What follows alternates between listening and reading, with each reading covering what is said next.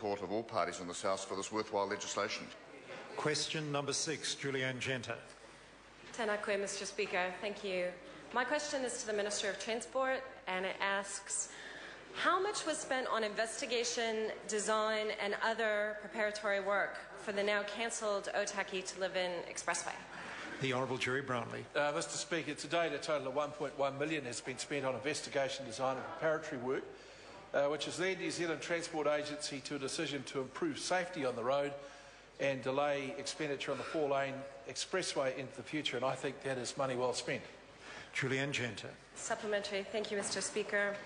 Was it fiscally prudent for the national government to commit to building the roads of so-called national significance before business cases had been undertaken, only to now start cancelling some of them after spending over $216 million on planning work alone? The Honourable Jerry Brownlee. Mr. Speaker, no roads of national significance have been cancelled. But what I would say is that I have had a look at some of the expenditure that the New Zealand Transport Agency has committed to over recent times, and there are a number of reports that I think do represent a questionable value.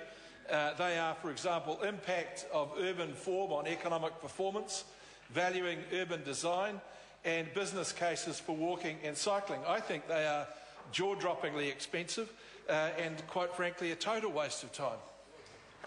Julianne Genter. Supplementary.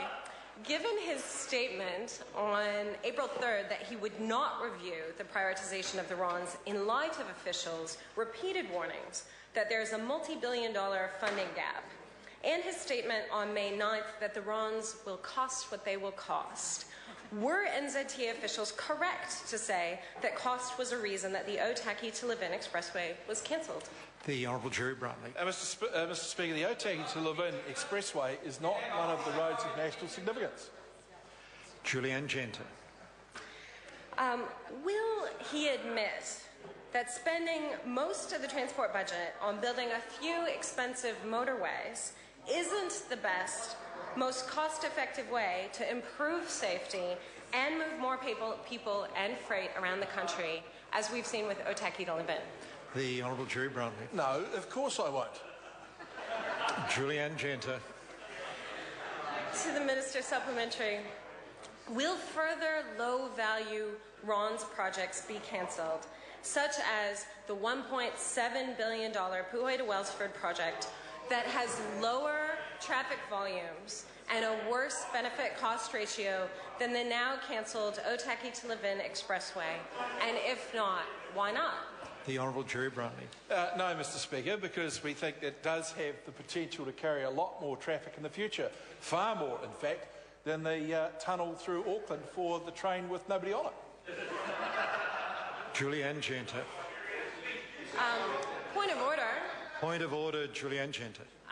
Mr. Speaker, I seek leave to table the traffic volumes from Otaki to Levin and from Warkworth to Wellsford, which show that Warkworth to Wellsford has lower traffic volumes and a significantly declining rate of traffic volumes, as did Otaki to Levin. Leave us sort of table those documents. Oh, I beg your pardon, the source of the documents? It's the NZTA, but they've been compiled by the Parliamentary Library.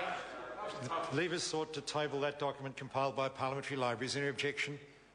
There is no objection. Point of order. Julianne Genter, point of order. I'd like to table this data from Auckland Transport, which shows that the entire... Order. The document itself was prepared by? The Parliamentary Library. They had to contact Auckland Transport to get the numbers. It shows that the rail system in Auckland is carrying over 30,000 people a day, 4 times more the number of people being carried on Puhoi to Wellsford. Leave us sought to table that document. Is there any objection? There is objection. Supplementary. Supplementary question.